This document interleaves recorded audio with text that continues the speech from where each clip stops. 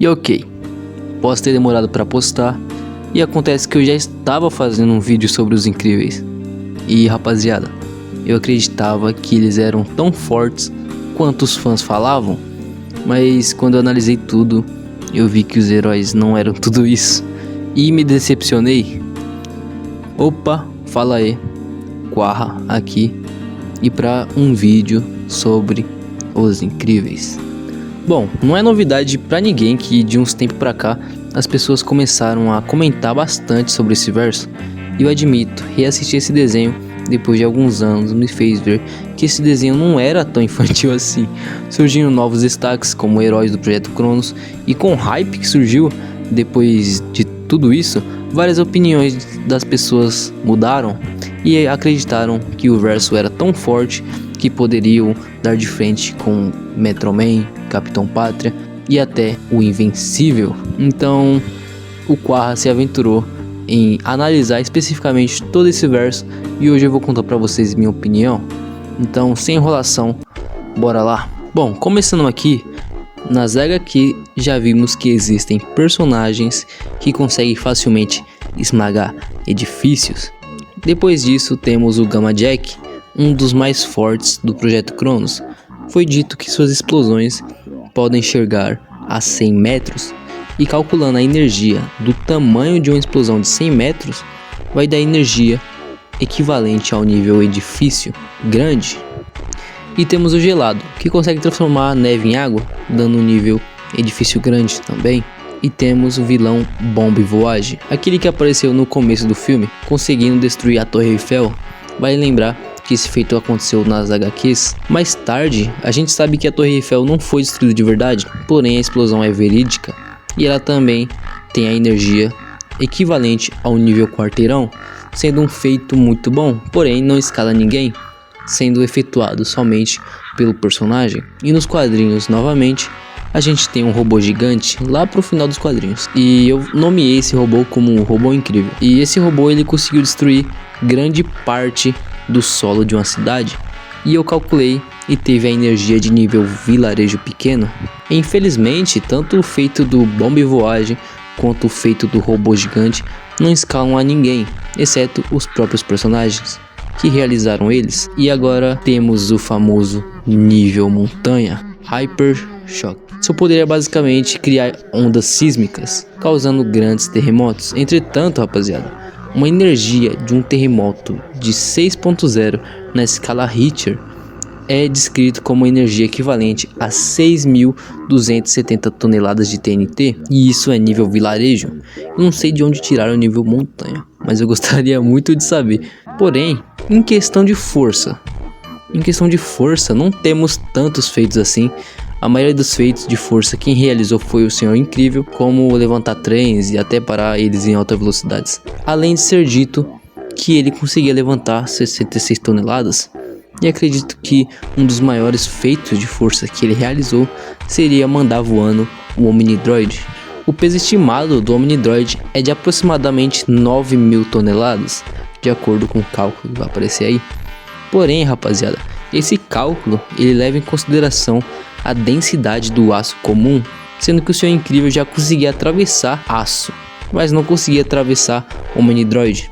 Então pelo menos seria o dobro disso, algo em torno de 18.000 toneladas. E isso é um feito bastante impressionante para o Senhor Incrível, já que por mais que ele mostrou dificuldade em levantar isso, ele não mostrou dificuldade nenhuma em dar socos a ponto de empurrar o Omnidroid. E rapaziada, eu sei que você deve estar se perguntando aquele feito do submarino, mas infelizmente eu tenho uma péssima notícia para vocês, porque tendem a pensar que o submarino que o Senhor Incrível levantou é o Typhon, que pesa 48.000 toneladas, de acordo com a reportagem.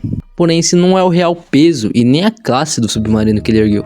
Nos quadrinhos, temos mais informações do que aconteceu nesse dia. O Senhor Incrível iria dedicar a celebração do submarino, e foi dito: primeiro submarino nuclear da classe Swordfish de nossa nação na base naval de Munzberg. Mas o que começou com a comemoração quase se transformou em um desastre mortal. E acontece que o submarino estava caindo, então o Senhor Incrível ergueu o submarino, depois colocou no chão com extrema facilidade. E foi dito que esse foi o seu maior feito de força registrado. Futuramente o Senhor Incrível não conseguiu erguer um submarino 3 toneladas mais leve. E antes que vocês venham me argumentar que Taipan, além de ser um submarino, é um tufão, eu acredito que não faz nem sentido. Por quê? Porque não faz sentido ter dito tufão e mostrar ele erguendo um submarino. Por isso que entendem como classe de submarino, ao invés de um tufão real. Tufão, ou um tornado, né, geraria um feito bem maior que erguer um submarino. Sendo que, como dito, o maior feito dele é ter erguido um submarino com facilidade. E sim, rapaziada, o Omnidroid é mais pesado que o submarino que o Senhor Incrível ergueu. Mesmo que você ache que isso não faça sentido, acredite, isso faz sentido. O submarino que o Senhor Incrível ergueu nos seus dias de glória, mesmo que fosse só 2.000 toneladas, ele nem sequer demonstrou cansaço ou qualquer coisa do tipo. Na verdade, ele realizou esse feito com extrema facilidade, e se vocês forem analisar, o Senhor Incrível, em todas as vezes que ele aguentou o Omnidroid em questão de força, a gente poderia ver que ele estava colocando muita, mas muita força para suportar o Omnidroid. Isso em questão de força. Quando ele empurrava o Omnidroid com seus socos, era um feito que dizia mais sobre potência de ataque do que força. E é por isso que ele conseguia desferir golpes no Omnidroid do que suportar o peso e a força exercida sobre o Omnidroid. Além disso, a gente tem que lembrar que a informação do submarino era uma informação pública. O Síndrome teria que criar uma ameaça mais pesada que o submarino que ele ergueu. E assim foi feito. Incrivelmente, o verso não se limita somente a 18.000 toneladas. No final dos quadrinhos temos novamente o robô gigante. Esse robô destruiu grande parte da cidade, e calculando a área que ele destruiu dessa cidade, ele teria que ter uma força de 70 milhões de toneladas. E não, o Senhor Incrível não mostrou ter o mesmo nível que esse robô. Somente o robô e o macaco gigante que lutou contra ele teria esse mesmo nível de força, já que eles dois saíram na mão praticamente. E putz, vocês devem me perguntar: caramba, Quar, mas e o buraco negro? E o cálculo do Omnidroid nível ilha? E eu vou ser bem resumido com vocês, rapaziada. Existem vários cálculos do buraco negro e até do Omnidroid nível ilha. Na verdade só existe um, mas enfim. Do Flecha sendo, sei lá, milhares de vezes a velocidade da luz, ou 100 vezes, por aí. Mas vamos por parte, rapaziada. O foco principal, quando você vai analisar um cálculo, na maioria das vezes você nem precisa saber calcular ou, saber a matemática, a hipotenusa, nada, rapaziada.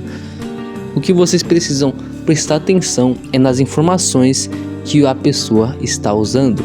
Na maioria das vezes, você só sabendo ler corretamente, você consegue questionar a pessoa.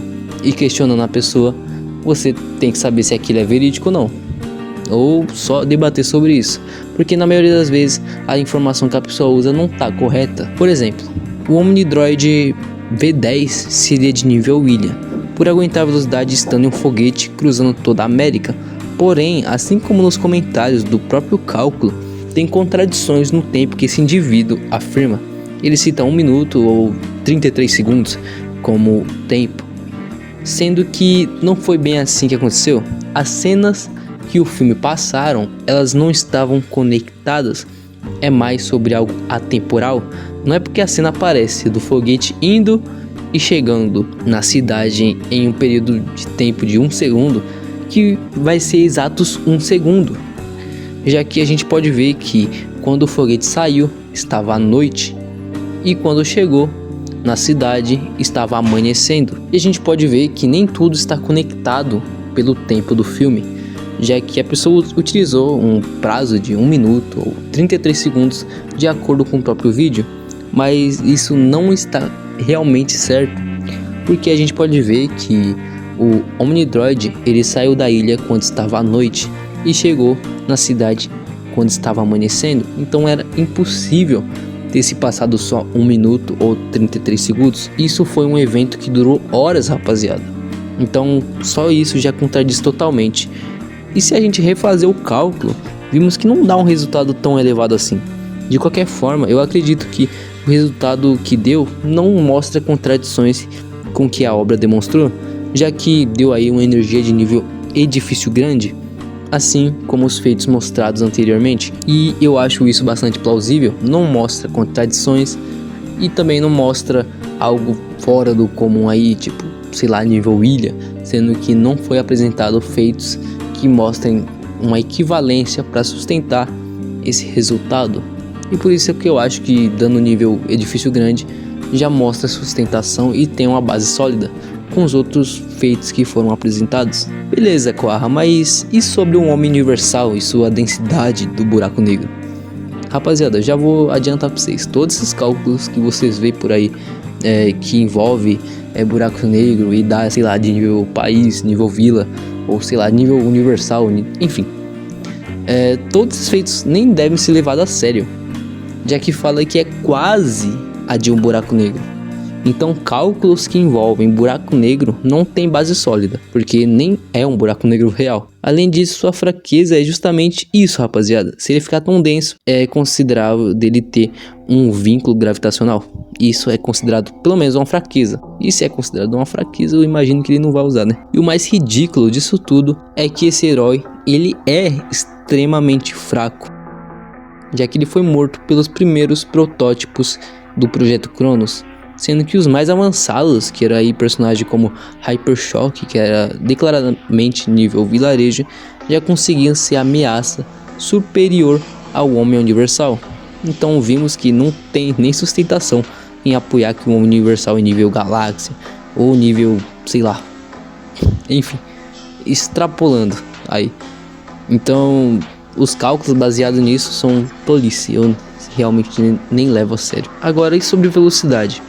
Quando falamos sobre velocidade, em Os Incríveis, o personagem que mais se destaca disso é o Flash. No primeiro filme, ele conseguia andar por cima da água e até ser mais rápido que câmeras, que facilmente coloca aí sua velocidade como subsônica.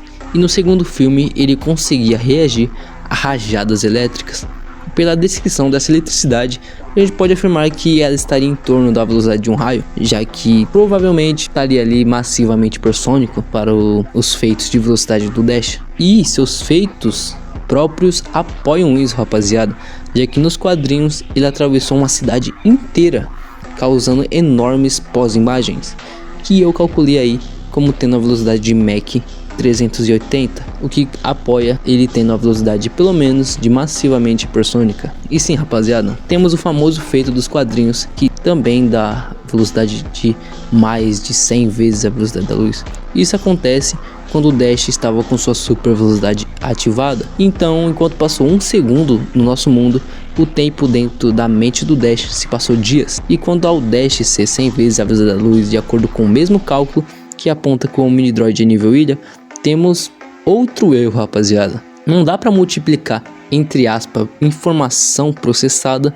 porque pensar mais rápido não significa automaticamente se mover mais rápido. O jeito correto é medir a super velocidade dele comparando com quanto tempo subjetivo ele vive dentro de um segundo real, usando como referência o tempo de reação humano. Assim conseguimos uma escala mais coerente para a percepção e velocidade dele.